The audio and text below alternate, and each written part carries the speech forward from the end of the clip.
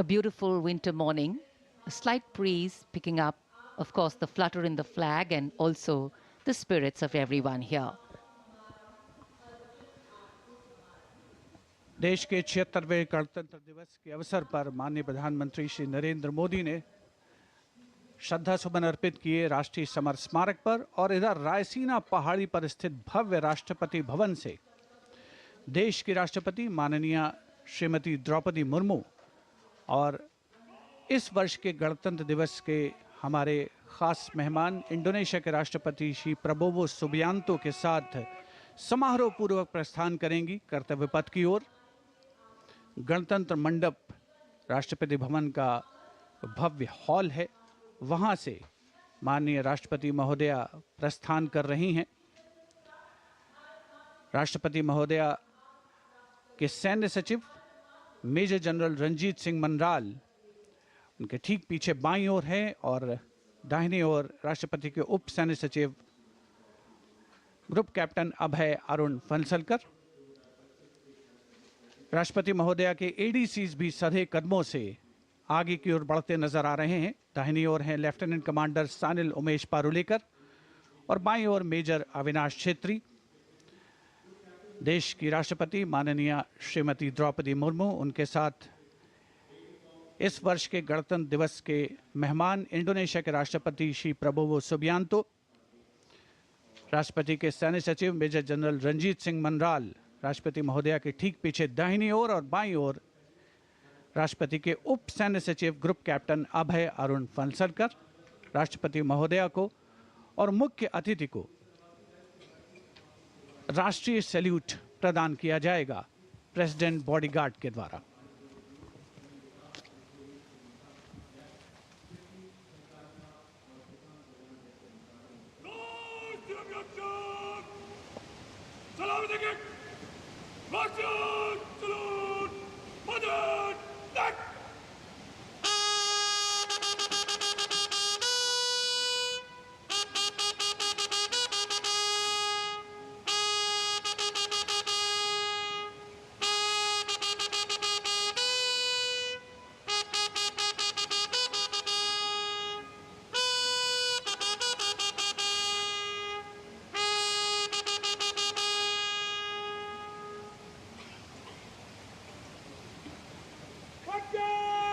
And here, let's take a moment to honor the President's bodyguards, one of the most prestigious regiments of the Indian Armed Forces.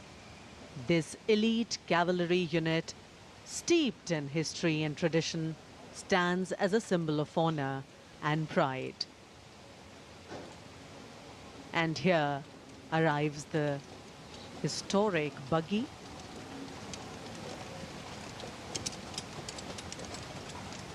Coming back to the President's bodyguards, which is the oldest regiment in the Indian Army, originally known as the Governor General's bodyguards. It has evolved to become the ceremonial and operational unit it is today, with the dual role of ceremonial duties and operational responsibilities.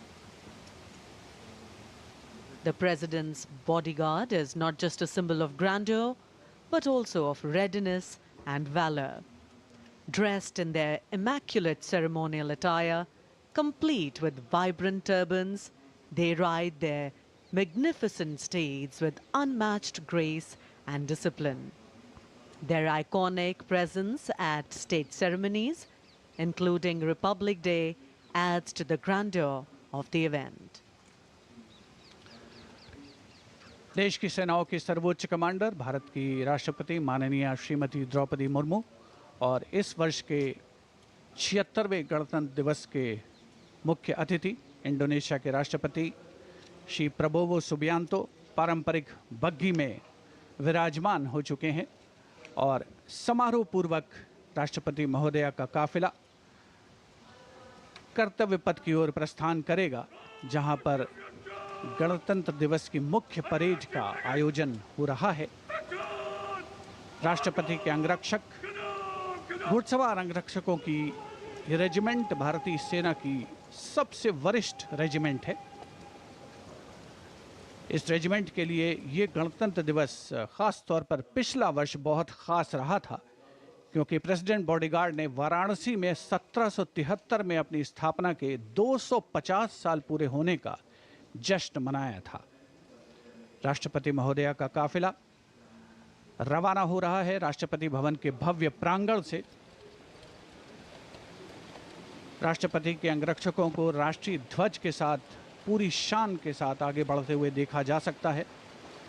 राष्ट्रपति महोदया की car के दाहिने ओर regiment के commandant colonel Amit Berwal अपने घोड़े glorious पर मौजूद हैं और बाईं ओर अपने घोड़े सुल्तान पर रेजिमेंट के सेकंड इन कमांड यानी 2IC lieutenant colonel Angad Singh Thind हैं।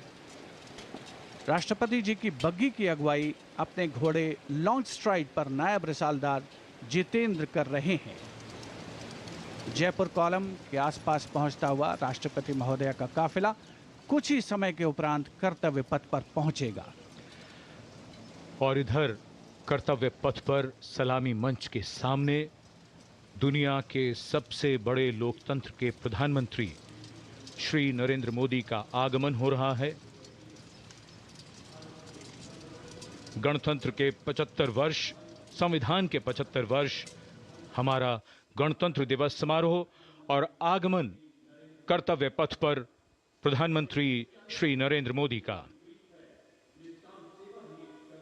रक्षा मंत्री श्री राजनाथ सिंह ने उनकी अगवानी की। रक्षा राज्य मंत्री CDS और तीनों सेनाओं के अध्यक्षों से अभिवादन स्वीकार करते हुए और रक्षा सचिव प्रधानमंत्री की अगवानी करते हुए।